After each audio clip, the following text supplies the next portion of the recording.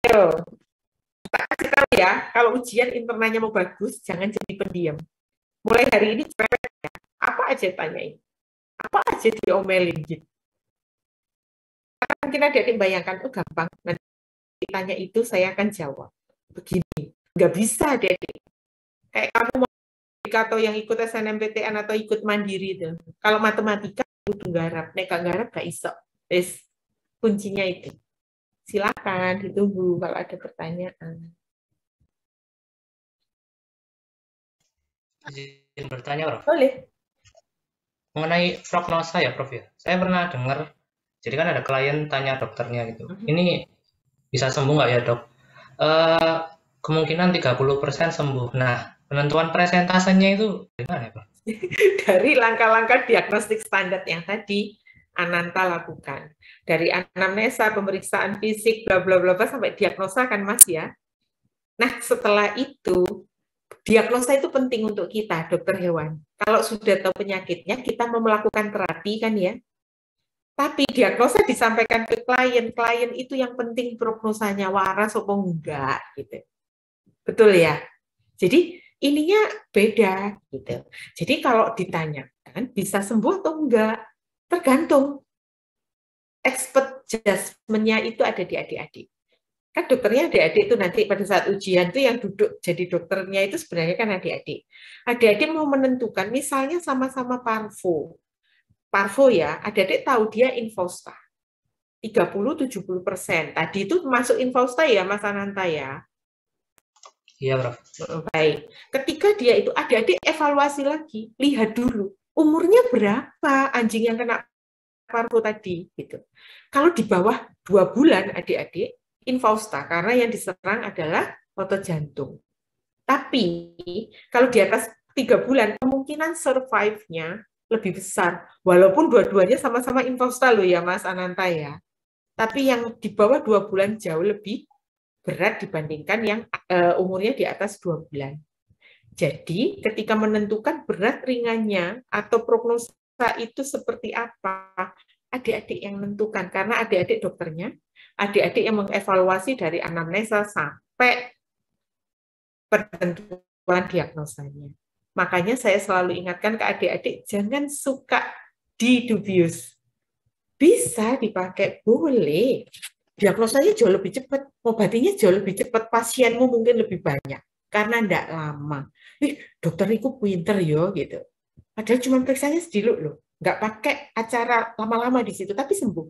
Tapi kembalikan kalau langkah-langkah diagnostik tadi tidak dilakukan adik-adik, adik-adik itu kayak mancing, kayak fishing, ngerti ya? Sembuhnya kebetulan. Adik-adik tidak kenal sebenarnya dengan penyakit yang adik-adik tangani gitu. Nah, kalau adik-adik pakai yang itu, adik-adik nanti akan terbiasa mengenali pola adik-adik. Nek mencret, kasih obat mencret, muntah, kasih obat muntah. Itu yang membuat adik-adik tidak berkembang. Agak lama sedikit, agak mahal sedikit nariknya, tidak suka didubius, tapi mempertimbangkan semua aspek. Adik-adik nanti pasti dilihat karena adik-adik bekerja dengan cermat, teliti, baik, dan benar. Gitu ya Mas Ananta ya? Iya, Prof. Terima kasih. Itu perlu jam terbang. Makanya saya selalu bilang ke adik-adik, praktis akan membuat adik-adik perfect. Tapi nek apes ya apes saya adik-adik nanti dilaporin polisi. Terus disuruh ganti uang sampai ratusan juta ya. Dan makanya kalau kita sudah hati-hati adik-adik, kita jujur, insya Allah selamat. Tapi kalau sudah tidak hati-hati dari awal, ada kecenderungan nanti berbohong-berbohong. Nah, kalau kena kasus yang lagi apes itu tadi, sulit kita adik-adik, gitu ya. Jadi, anulah dari awal itu dengan niat yang baik, insya Allah hasilnya juga akan baik. Gitu, Mas Ananta. Ada lagi yang lain?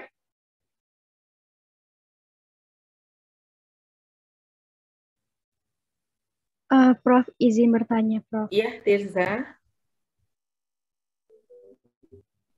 Ya gini, Prof. Jadi kan misalnya kita, mohon maaf, Prof, suara saya putus-putus gak ya? Enggak. Oh, enggak. Oke. Misalnya nih, Prof, kita di RSHP, terus dapat pasien yang nggak bisa dipegang sama orang lain. Misalnya anggap aja kayak kucing bengal gitu, bahkan ownernya aja nggak bisa memegang gitu. Kalau misalnya kita memperhitungkan resiko tangan kita kecakar atau kegigit, apakah kita bisa melewatkan pemeriksaan fisik atau gimana ya Prof? Biasanya yang dilakukan RSHP. Terima kasih Prof. Baik, kalau RSHP dokternya banyak.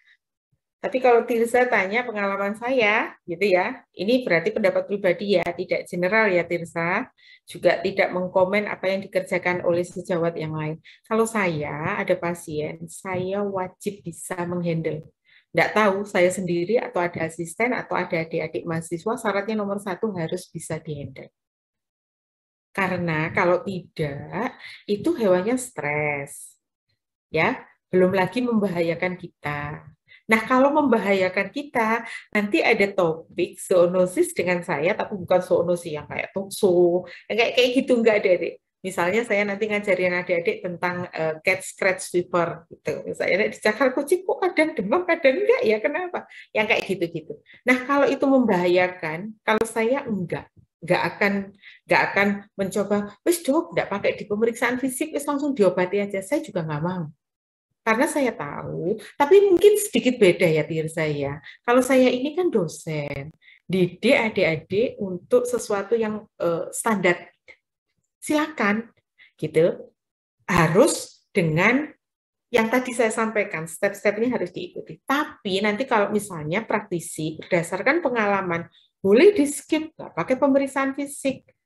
Dulu ada kucing bengal yang sama, gejalanya kayak gitu, udah diobati aja. Itu yang saya bilang phishing tadi, pattern recognition, mengenali pola. Dan kalau saya ada di posisi itu, ini pendapat pribadi, saya enggak. Jadi saya enggak akan mengobati kalau saya enggak memeriksa adik-adik. Paham maksud saya ya? Tapi nanti kalau dengan pertimbangan tertentu, mungkin ke gawat daruratan gitu. Tapi nek gawat darurat itu biasanya hewannya sudah lemes, nggak galak, nggak membahayakan gitu. Nah, bolehlah dengan pertimbangan tertentu mungkin boleh dilakukan. Tapi kalau sebagai dosen ngajari adik-adik, enggak, langkah diagnostik tadi harus bisa dilakukan. Caranya gimana? Kalau nggak bisa dipegang kan masih ada adik-adik. Mungkin adik-adik mikirin, dibius. Di bius kan juga harus megangnya kalau hewannya. Kasih obat, buka mulutnya, tambah serem gitu. Oke, ditulup aja. Ya boleh, silakan, tidak apa-apa. Yang penting kita harus bisa melakukan pemeriksaan fisik karena masuk di langkah diagnostik standar yang wajib dilakukan. Ya, kalau anamnesa itu kan tanggung jawabnya klien sebenarnya. Tapi kalau pemeriksaan fisik itu kita. Dan anamnesa sama pemeriksaan fisik nggak harus sama loh ya. Kalau sama, alhamdulillah tugas kita jauh lebih mudah. Karena kadang-kadang yang bawa itu nun sewu ya, driver, asisten rumah tangga. Dan ketika kita tanya, kenapa Bu? Nggak tahu Bu. Loh ini kenapa nggak dibawa ke sini? Sudah berapa lama? Nggak tahu. Aduh, kalau sudah gitu tuh pusing ya. Karena kita nanti mau pemeriksaan fisik, kita yang bertanggung jawab di situ. Karena anamnesanya kan nggak tahu semua tuh. Jadi kita percaya ke pemeriksaan fisik. Nah, kalau kita pemeriksaan fisiknya tidak tahu,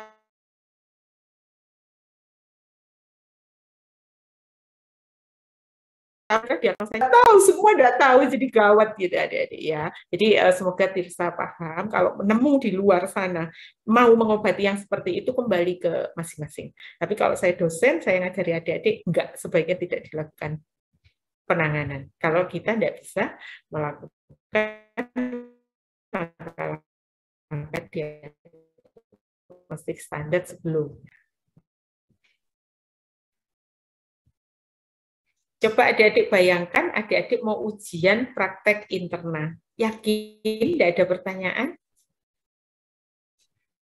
Prof, izin bertanya, Prof. Ya, Mas Kausar.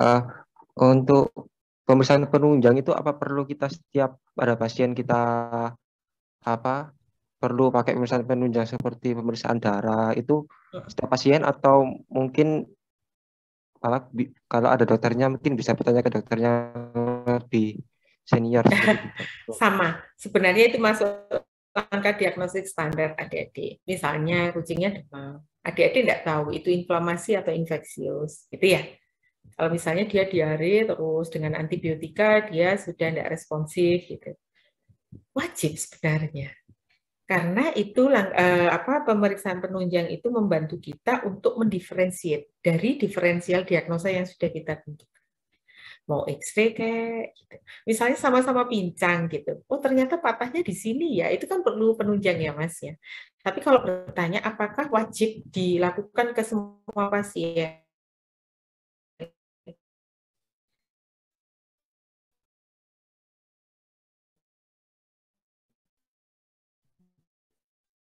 Secara kita jauh lebih mudah deh. Tapi kadang-kadang kita nawarkan yang paling murah sekalipun, kadang-kadang nggak gelem ya Mas ya.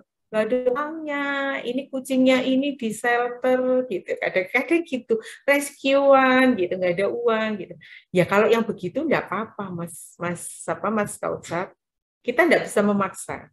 Bahkan mau operasi pun suruh periksa darah dulu gitu ya, untuk lihat fungsi-fungsi organ, langsung aja dong. Nggak mau mereka. Padahal kita menggunakan obat anestesi itu kan ada yang bahaya buat ginjal, ada yang bahaya buat liver gitu. Itu kalau nggak mau ya risikonya, makanya sebelum operasi, sebelum ini kan harus tanda tangan ya. Kalau memang nggak mau, seluruh risiko ditanggung oleh pemilik hewan kan begitu. Tapi kita bertugas untuk menjelaskan ke mereka. Gitu. Jadi kalau ada hasil lab itu kalau pas gitu cocok, tapi ya tidak semua harus dilakukan. Misalnya ada X-ray, USG, terus ada periksa darah, kimia klinik juga ada 4 misalnya. Boleh kita tawarkan ke klien. Tapi kalau klien tidak bisa milih, saya kembalikan deh, kalau dokter Kautsar kira-kira prioritas yang mana? Ya, Mas Kautsar yang harus menyampaikan.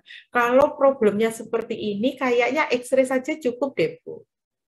Bukan USG ya, Dok? Enggak. Misalnya periksa guntingan, itu X-ray itu jauh lebih murah. Perutnya itu bulunya tidak dicukur, tidak diposisikan dengan posisi yang mereka bisa melakukan USG itu. Gitu loh, Mas. Jadi situasional, tapi kita harus paham kalau kita punya banyak daftar pemeriksaan penunjang, prioritas ada di mana. Gitu ya, Mas? Terima kasih, Prof. Iya, sama-sama. Ada lagi? Adik-adik?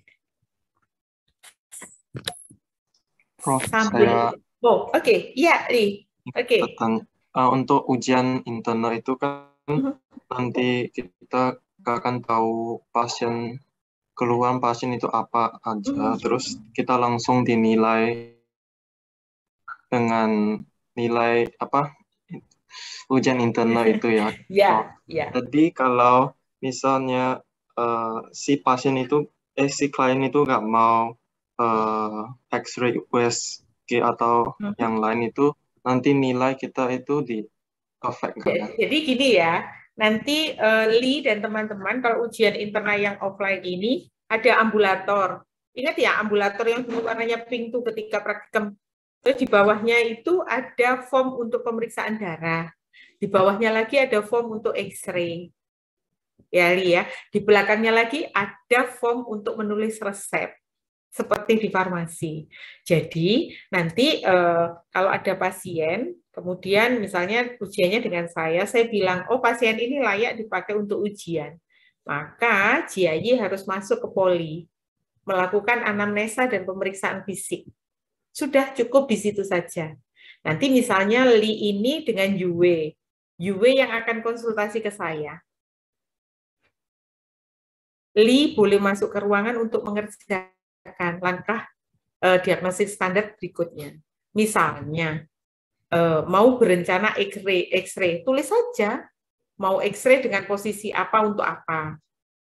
Misalnya mau pemeriksaan darah, darahnya cukup hematologi saja, kimia kliniknya yang biochemistry tidak usah.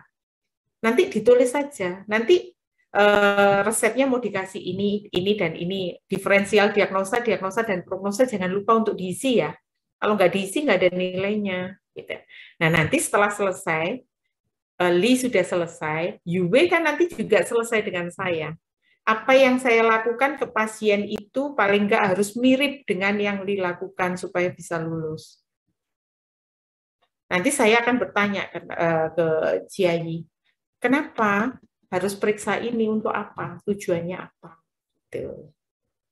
Kira-kira diferensial diagnosanya apa berdasarkan anamnesa dan pemeriksaan fisik yang sudah dilakukan? Gitu. Kenapa Li kok milihnya ini penyakit A? terapinya apa? Gitu. Kalau tidak harus persis sama ya yang saya kerjakan dengan Jiayi, yang penting mirip, kemudian Jiayi tahu apa yang dikerjakan, alasannya apa, oke biasanya. Nanti akan dilanjutkan ke ujian teori. Ujian teori pasti lebih detail lah, gitu ya. Misalnya tadi pasiennya Jiayi diare, oke. Sebutkan diare itu ada berapa macam? Oh, 4. Itu ada hiperosmotik, osmolality, segala macam. Boleh. Hypersecretion. Boleh. Itu teorinya, adik-adik. Gitu ya. Paham ya, Jiayi ya? Iya, terima kasih, Prof. Ya. Jadi semua form, kalau bisa jangan kosong ya, adik-adik ya. Kalau kamu jadi dokternya, rencananya saya mau ini, tapi harus disertai juga dengan alasan. Tapi nanti ada tuh yang panik-panik, Jiayi itu chat Yue kasih dong bocoran. Percuma dia dikasih bocoran. Kita tidak nyari jawaban betul ya. Maksudnya prosesnya adik-adik menangani pasien tadi itu loh yang penting. Jadi jangan panik dengan mencari jawaban betul ya, Rek ya. Oke. Ada lagi? Prof, izin bertanya, Prof. Ya, Mas Hendra. Kalau untuk seperti emergency case kayak kasus keracunan itu kan biasanya kayak terburu-buru gitu ya, Prof. Apalagi melihat si klien kayak nangis-nangis, panik gitu. Terus kalau misal kebanyakan kan melewati tahap-tahapan anamnesa pemeriksaan fisik itu langsung terapi gitu, seperti terapi cairan gitu, gimana ya, Prof? Iya. Jadi gini, kalau yang emergency case nggak mungkin dipakai untuk ujian, kelamaan keburu mati. Ya, nanti ada kuliah dengan saya adik-adik tentang manajemen kritikal atau manajemen kegawat daruratan ya. Nanti di sana agak sedikit berbeda dengan pasien-pasien biasa. Kalau pasien biasa itu kan adik-adik langkah diagnosis standar, kemudian adik-adik mendiagnosa dan memberikan terapi ya. Tapi kalau di manajemen kritikal nanti lebih ke menyelamatkan nyawa. Jadi stabilisasi pasien itu lebih penting daripada mencari diagnosa. Jadi nanti misalnya dia tidak bisa bernafas, oh kasih oksigen. Kalau dia stabil, baru kita langkah-langkah diagnostik standar. Jadi langkah-langkah diagnostik standar dilakukan ketika hewan itu sudah bisa kita stabilkan dengan problem utamanya. Kalau suhunya turun ya dinaikkan dulu, kejang-kejang ya diberikan anti kejang dulu, kayak gitu. Dan tidak mungkin jadi kasus ujian praktek internal ya Mas Hendra ya. Hore, seneng ya.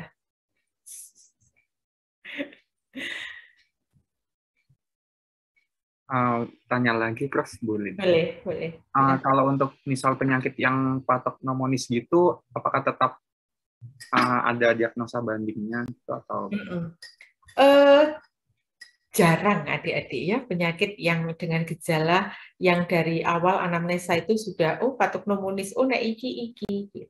Tetap harus ada langkah-langkah diagnostik standar tadi supaya kita tidak pakai pola yang tadi pattern recognition tadi, mengenali pola.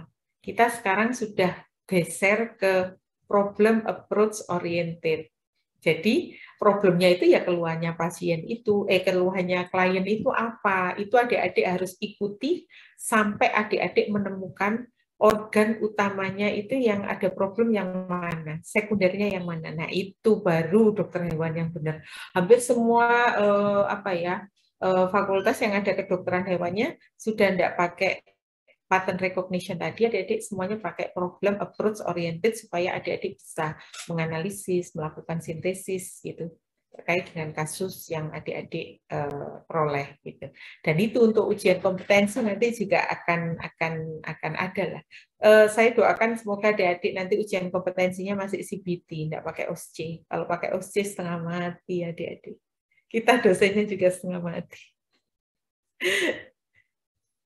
Nanti untuk adik-adik yang gelombang 36 ini mungkin saya akan sedikit membantu, mungkin nanti bisa berkumpul gitu kalau misalnya sudah ada waktu gitu, nanti kita coba mengerjakan, mungkin saya berikan beberapa soal klinik gitu lah adik-adik supaya CBT-nya makin mantap gitu. Ya, yang di fakultas ada, tapi kalau adik-adik misalnya mau diselenggarakan di klinik, Prof mau dong, gitu, bahas soal-soal klinik, ayo, gitu. Tergantung adik-adik keperluannya. Oke. Prof, Ya, saya ingin bertanya, tapi ini mungkin di luar topik. Oke, ya. tidak apa-apa nih. Kira-kira kapan ujian kompetensi ya, Prof? Setelah adik-adik selesai sampai kelompok 5, adik-adik ini berapa kelompok? 5 ya? Iya, 5, Prof. Oke. Sampai kelompok 5 selesai, adik-adik yudisium, biasanya seminggu kemudian akan dilakukan uji kompetensi.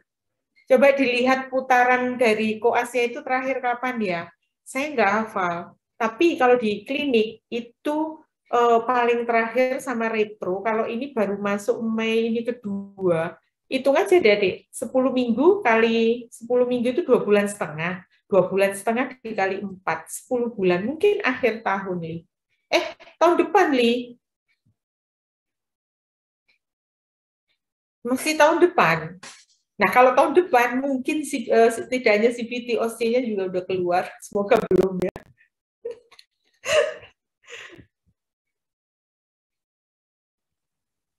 Tapi adik-adik yang ujian internal ini, yang saya sampaikan ini salah satu latihan untuk ujian CPT. Untuk ujian OC. Kalau mau ya mulai sekarang. Perkorong kok kalau OC, alhamdulillah. Nah, OC adik-adik udah siap gitu wae. Diambil positifnya. Gitu ya, Li ya? Ya, Prof. Oke. Ada lagi adik-adik? Sambil mencari. Prof, Ya, Nesya. Oke, Mbak. Nesya dulu ya, baru Tirsa lagi ya. Saya izin bertanya, Prof. Tadi kan kalau pemeriksaan fisik, semua organ harus diperiksa. Lalu misalnya udah periksa frekuensi nafasnya tuh normal, lalu apakah perlu periksa suara kayak bronkial, bronkovesikular, sama vesikular itu, Prof? Halah iyo, Nes. Coba, yang di atas tadi kamu bilang apa? Frekuensi respirasi. Berarti kan cuma ngitung. Ya enggak? Ngitung ya. Oh, frekuensi respirasinya 40 kali per menit. Gitu. Tapi kamu kan tidak mengevaluasi misalnya kedalaman respirasinya. Enggak kan ya? Terus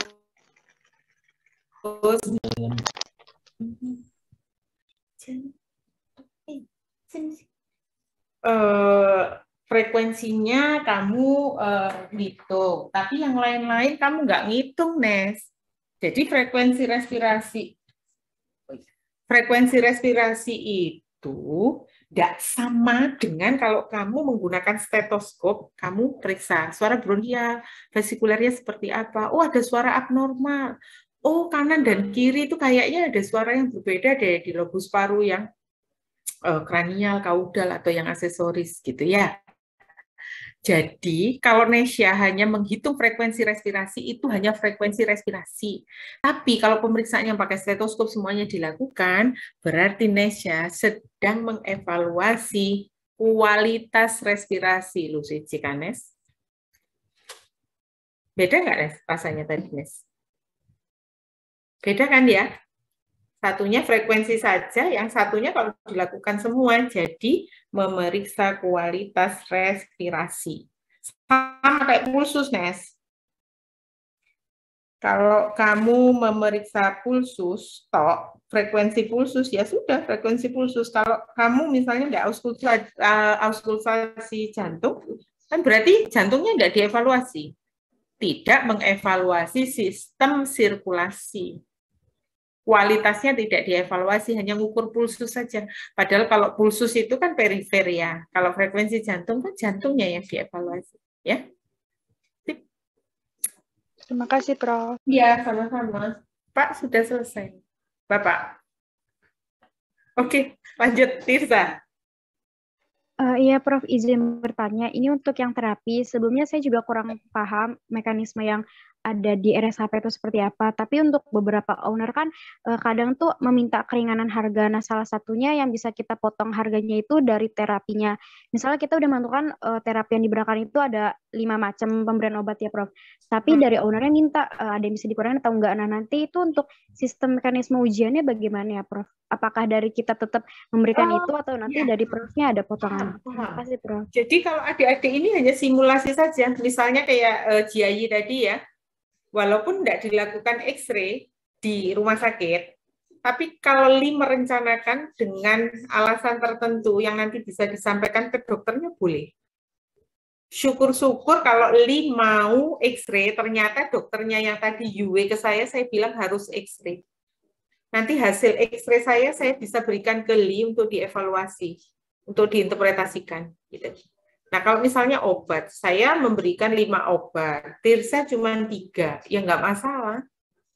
Tapi 3 itu harus tidak terlalu jauh dibandingkan yang punya saya, paling nggak include lah, kalaupun nama obatnya beda, tapi satu golongan. Misalnya antibiotik, antihistamin, gitu ya Tirsa ya. Kemudian kalau untuk keringanan, di mana-mana kayaknya yang nggak bisa itu tiket apa adik-adik namanya apa itu jenenge daftar itu loh ya, karcis, kok tiket kayak mau nonton bioskop, karcisnya itu yang nggak bisa. Saya sering kok misalnya jasa dokter nggak usah sudah gitu, apalagi kalau kolega nggak adik-adik, cuman karcisnya itu yang saya pikir nggak bisa ya. Obat-obatan pun juga kan nggak melulu soal uang, kadang-kadang kalau kolega ya free, tinggal bayar karcis saja bisa. Bisa bayangkan ya, jadi walaupun nggak dilakukan di rumah sakit, kalau adik-adik punya rencana, boleh dituliskan di borang ujiannya. Lihat lagi aspek penilaiannya apa. Kalau kosong kan nilainya adik-adik 0. Gitu ya? Ya, baik Prof. Terima kasih, Prof. Ada lagi? Baik, kalau nggak ada, saya coba ini nanti bacaan sedikit, adik-adik bisa adik-adik pakai terkait dengan anamnesa dan pemeriksaan fisik ya. Nah,